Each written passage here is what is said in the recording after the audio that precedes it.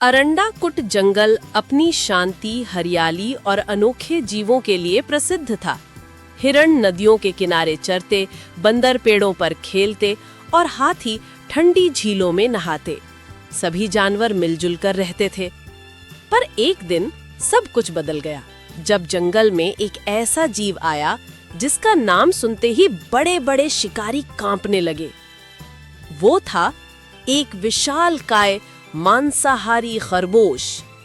उसका शरीर किसी पहाड़ जैसे भैंसे जितना बड़ा, उसके दांत दो चमकीली तलवारों जैसे तेज और उसकी आंखें लाल अंगारों की तरह चमकती थीं। जहां वो कूदता वहां जमीन तक हिल जाती। शुरू में जानवरों को लगा कि शायद ये कोई भटका हुआ विचित्र प्राणी है, लेकिन जल्द ही समझ में आ गया कि वो जंगल में आतंक का राजा बन चुका है। पहले दिन उसने लोमड़ी पर हमला किया, दूसरे दिन 2 हिरणों को पकड़कर खा गया, तीसरे दिन बंदरों की टोली को पेड़ों से खदेड़ दिया। अब तो स्थिति ये हो गई कि कोई भी जानवर न दिन में आराम से घूमता, न रात में चैन से सो पाता। हर तरफ एक ही बात, वो आ रहा है, विशाल खरगोश, भागो! छोटे जानवर बिलों में छिप जाते, पक्षी आसमान में मंडराते रहते और बड़े जानवर भी उसके रास्ते से दूर रहते। जंगल का राजा सिंहराज भी उससे टकराने से बच रहा था, क्योंकि वो खरगोश बहुत तेज, बहुत ताकतवर और असाधारण रूप से हिंसक था। आखिर एक दिन शेर ने सभा बुलवाई। जंगल में शासन ताकत से नहीं, संतुलन से चलता है। सिंहराज ने कहा, अगर ये मांसाहारी खरगोश ऐसे ही चलता रहा तो यहाँ किसी का भी बचना मुश्किल हो जाएगा। जानवरों ने डर और क्रोध में अपनी बात रखी। भेड़ियों ने कहा, हम उसके सामने टिक ही नहीं पाते। हाथियों ने कहा, उसकी उछाल इतनी भारी है कि जमीन तक फटती है। बंदर बोले, उसके डर से बच्चे तक पेड़ों पर नहीं खेल रहे। पर उपाय किसी के पास नहीं था। तभी धीरे धीरे एक बूढ़ी बुद्धिमान कछुआ आगे आई। जंगल में उसे तपोवन काकी कहा जाता था।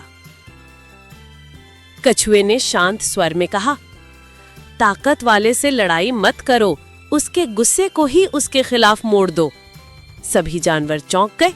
शेर ने पूछा, कैसे? कछुए ने कहा, वो बहुत घमंडी है, अगर उसे कोई चुनौती दे तो वो सोच भी नहीं पाएगा। हम उसे उसी के अहंकार में गिराएंगे। योजना सरल थी, उसे उसी की परछाई से लड़ने के लिए उकसाना।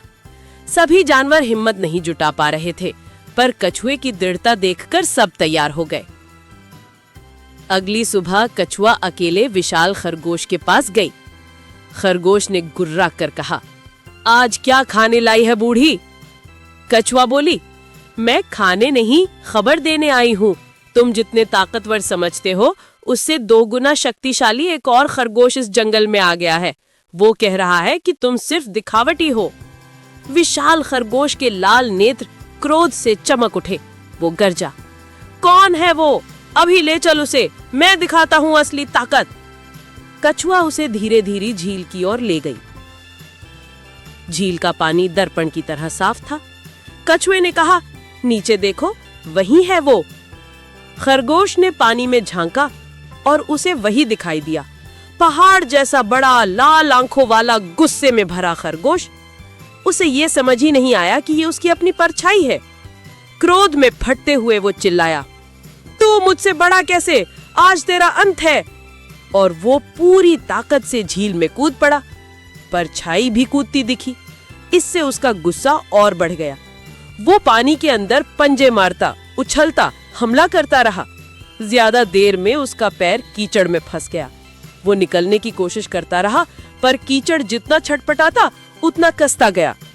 झील गहरी थी और उसकी ताकत भी कम पड़ती जा रही थी। थककर, चिल्लाकर, संघर्ष करते करते वो कीचड़ में पूरी तरह धंस गया। कुछ ही क्षणों में जंगल का आतंक खत्म हो गया। सब जानवर धीरे धीरे झील के किनारे पहुंचे।